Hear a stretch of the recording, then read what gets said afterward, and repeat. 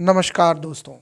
आज हम फिर अपने यूपी के इलेक्शन के बारे में अच्छे से बात करने के लिए आ चुके हैं। आज हमारी तरह तरह की दिक्कतों, परेशानियों, क्षेत्रीय विविधताओं और तरह तरह की परेशानियों के बावजूद जो है हम इस कार्य को करने के लिए तत्पर हुए हैं। आज सबसे बड़ी चैलेंज इस बात की है कि जिसकी सरकार है कहीं आप उसके खिलाफ कुछ न बोल दें, जिसकी सरकार आने वाली है कहीं उसके खिलाफ ना बोल दें। पर ये टोटली एजुकेशन से रिलेटेड हमारा पॉलिसी है, ताकि एक क्लियर विजन हो। लाइफ एक साइकिल में चलती है और इस साइकिल को हर हाल में किसी न किसी को पूरा ही करना पड़ता है। चाहे हंस के पूरा करिए, चाहे रो के करिए, चाहे अच्छे से कीजिए, चाहे वो कीजिए। लाइफ के सब जो बायोलॉजिकल पड़ाव है वो सभी को जीना ही जीना पड़ेगा। आज इसी क्रम में हमारे यहाँ होने वाले 2022 के चुनाव में हमारे पास 4 मुख्य पार्टियां हैं, या 4 मुख्य जो है ग्रुप्स के नाम हम कह सकते हैं, क्योंकि इस चुनाव में सभी पार्टियां अपने गठबंधन बना करके लड़ रही हैं। हमारे सबसे पहले नंबर पे पार्टी है नेशनल कांग्रेस पार्टी, जिसको लीड कर रही हैं प्रियंका गांधी। प्रियंका गांधी ने ये जब से यूपी की पॉलिटिक्स में एक्टिव हुई हैं तब से वो लगातार मेहनत कर रही हैं। खास करके पिछले 2 सालों में उन्होंने गजब की तत्परता दिखाई है। दूसरी हमारी सबसे पार्टी है वो है बीएसपी, बहुजन समाज पार्टी। इसको मैं हमेशा अंडरडॉग पार्टी कहता हूँ।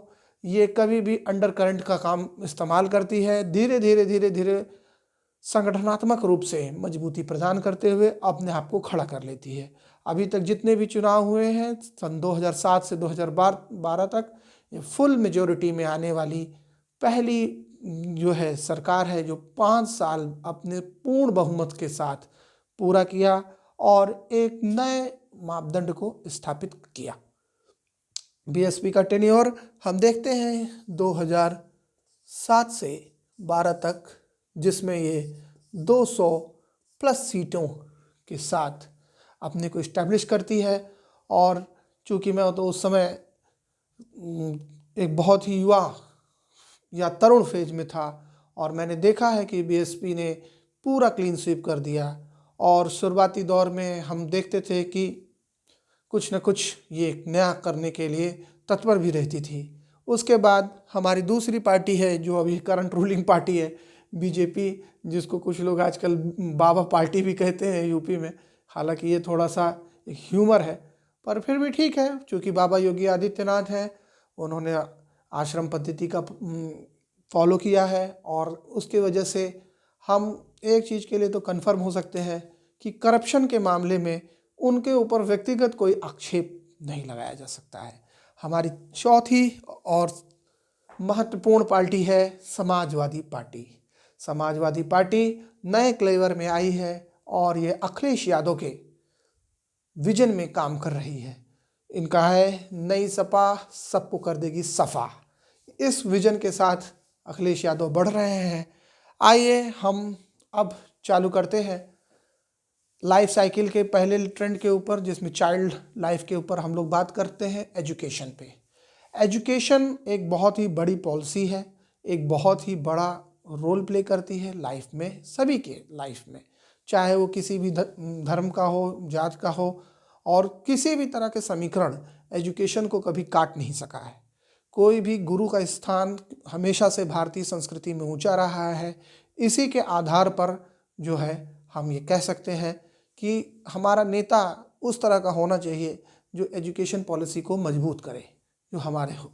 कांग्रेस पार्टी की बात करें, देश की सबसे पुरानी पार्टी होने का ये दम्भ भरना भी कुछ लोग कहते हैं, लेकिन मैं कहता हूँ कॉन्फिडेंस रखना। ये देश की सबसे पुरानी पार्टी के होने के कारण कॉन्फिडेंस रखती है, पर चूँकि इसका जनाधार खसकता चला जा रहा है और कुछ आंकड़ों में तो ये 6 से 4% तक जाने की कोशिश कर रहा है। इनकी एजुकेशन पॉलिसी एकदम फिक्स है। ये लड़कियों की एजुकेशन को बढ़ाना न देने का एक नारा दिया है इन्होंने, और लड़कियों को इंटर पास करने के बाद स्कूटी देने का भी वादा किया है। पर अब इनसे कोई ये पूछे कि भैया ये जो फ्री बीज आप बांट रहे हैं उसके लिए पैसा कहाँ से लाएंगे, कौन सा कॉरपोरेट आपको दान देने वाला है, या वर्ल्ड बैंक आपको दान देने वाला है, या कौन सा बैंक दान देने वाला है, या कौन सी सड़कें नहीं बनेंगी जिसके वजह से को हम उठा करके जो है स्कूटी देने में लगेंगे। अगर उसके बदले में उन्होंने बोला होता कि एमए तक सभी लड़कियों का फिर, या मास्टर्स तक सभी, या बैचलर तक सभी लड़कियों का जो है एजुकेशन फ्री हो जाएगा, उनको एक भी रुपया इवन फॉर्म भरने के लिए भी पैसा नहीं जमा करना होगा, तब हम इस वादे को कह सकते थे कि ये नंबर 1 वादा है और ये पूरा होगा। दूसरा, बसपा चूँकि अंडर करंट है, अपने संगठन पे बहुत ज़्यादा निर्भर करती है, और संगठन में एक संगठन की एक विचारधारा होती है, एक विचार सिस्टम होती है।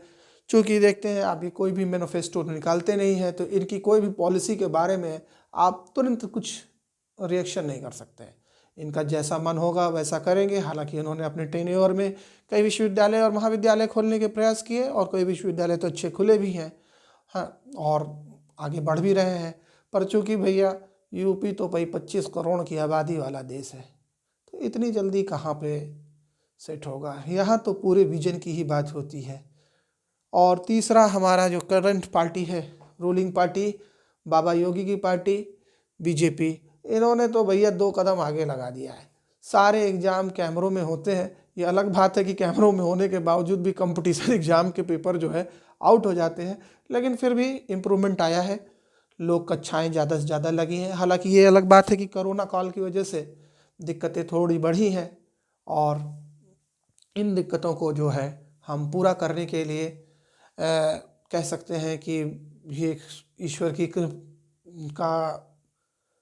कृपा या उस तरह की चीज़ें नहीं हो पाई बाबा के जीवन में, कि 2.5 साल बेचारे को उनको संघर्ष करते ही निकल गया, और आज भी कोरोना की तीसरी वेव में वो संघर्ष ही कर रहे हैं। ना ही ये विश्वविद्यालय शिक्षाओं में कोई क्रांतिकारी परिवर्तन ला पाए, और ना ही जो है क्या कहते हैं प्राइमरी एजुकेशन और एजुकेशन के फील्ड में कुछ रिवोल्यूशन लाए। हालांकि इन्होंने बोला बहुत ज़ोर शोर से, लेकिन बेचारे कोरोना में ही फंस के रह गए। तो एजुकेशन का तो मामला इनका उतना क्रांतिकारी नहीं हो पाया। फिर भी चूँकि बाबा हैं, मेहनती हैं, सुबह 4 बजे उठ जाते हैं, काम करते हैं, और उसका परिणाम हमें ये देखने को मिला कि उन्होंने, जैसे पुराने और स्टेट में विश्वविद्यालयों का हाल है कि 1 साल का कोर्स 2 साल में पहुंच जाता है, 2 साल का कोर्स 2.5 साल में हो गया, 3 साल हो गया, ऐसा हमारे बाबा की दूरदृष्टि के कारण उत्तर प्रदेश में तो नहीं हो पाया। उत्तर प्रदेश में सारी चीज़ों को हर हाल में टाइम पर करने की कोशिश की गई है। अब आइए हमारी सबसे स्ट्रांग पार्टी और चैलेंजर के रूप में उभरती हुई पार्टी समाजवादी पार्टी है। अब इनके एजुकेशन की प्लानिंग के बारे में तो मैं बहुत ही अनसर्टेन रहता हूँ, क्योंकि इनका कोई भरोसा नहीं। कभी जो है इंजीनियरिंग में बढ़ा देंगे सीटें, कभी नए विश्वविद्यालयों की खेप तैयार कर देंगे, और कभी केवल भाषण ही देते रह जाते हैं। बहुत सारी योजनाओं को इन्होंने पिछली बार लागू किया, अगर वो लागू कर देते तो शायद बीजेपी की सरकार इतनी आसानी से तो नहीं आ पाती, परंतु मुझे फिर भी होप है, क्योंकि नई सपा सबको कर देगी सफा, और इसी उद्देश्य से अखिलेश यादव चल रहे होते हैं। पर अब हमारा आ गया जो सबसे इम्पोर्टेंट पॉइंट ऑफ व्यू है, वो है रेटिंग का। रेटिंग के लिए देखिए, हम चूँकि कांग्रेस का कोई जनाधार नहीं है, और कांग्रेस की कोई उस तरह की एजुकेशन पॉलिसी नहीं है। वुमेन को लेकर के एक फ्री वीज़, स्कूटी और लैपटॉप का फ्री वीज़ देने की कोशिश की जा रही है, इसलिए, लेकिन उसके बारे में, बजट के बारे में कुछ नहीं बताया है कि वो कैसे करेंगे, क्या करेंगे, और कितने मुश्किल तरीके से जो अभी हालात हैं उनसे लड़ने के लिए कितनी सशक्त योजनाएं हैं, इसके बारे में उन्होंने कोई निष्कर्ष नहीं निकाला है। लेकिन फिर भी हम ये मानते हैं कि कांग्रेस पार्टी कुछ न कुछ करके अपने आप को इम्प्रूव करती है, इसलिए इसे हम 10 में से 6.5 देने का कोशिश करते हैं। बसपा के बारे में तो कहना मुश्किल है थोड़ा सा, इसलिए उनके बारे में चूँकि उनका मैनिफेस्टो निकलता नहीं है, उनका विजन जो है वो सडन ट्रैक पर दौड़ता है, कभी कभी एकाएक से गाड़ी चल जाती है। तो ये हम कह सकते हैं कि इस पे बसपा के विजन के बारे में चर्चा करना थोड़ा मुश्किल काम है, तो इसके लिए इनको छोड़ा जा रहा है। और तीसरी जो सबसे हमारी इम्पोर्टेंट पार्टी है बीजेपी को मैं 8.5 पॉइंट दूंगा, क्योंकि इन्होंने पिछले 3 सालों में जिस तरह से कोरोना से लड़ते हुए, 2020 और 2021 से लड़ते हुए कोई भी सेशन, शून्य सेशन, ज़ीरो सेशन नहीं होने दिया, चाहे वो बीएड का एग्ज़ाम हो, चाहे इंजीनियरिंग का एग्ज़ाम हो, चाहे नेट हो, जी हो, सब एग्ज़ाम्स को इन्होंने टाइम पे कराया और साइकिल अच्छा चलाया। इसके लिए बाबा जी की सरकार को 10 में 8.5 देंगे। लेकिन मैं एक चीज़ ज़रूर कहूँगा कि एजुकेशन पॉलिसी में अखिलेश भी काफ़ी पीछे नहीं रह गए हैं, और उनको भी मैं 7 पॉइंट देने में गुरेज नहीं करूँगा, क्योंकि जिस तरह से वो लैपटॉप बांटते हैं, ये अलग बात है कि वो लैपटॉप कम ही लोगों को मिल पाते हैं। अगर उन्होंने लैपटॉप बांटे और जिस तरह से उन्होंने वादे किए हैं, तो उन वादों के आधार पर हम ये कह सकते हैं कि अखिलेश यादव की एजुकेशन पॉलिसी ठीक होगी। जय हिंद, जय भारत, धन्यवाद।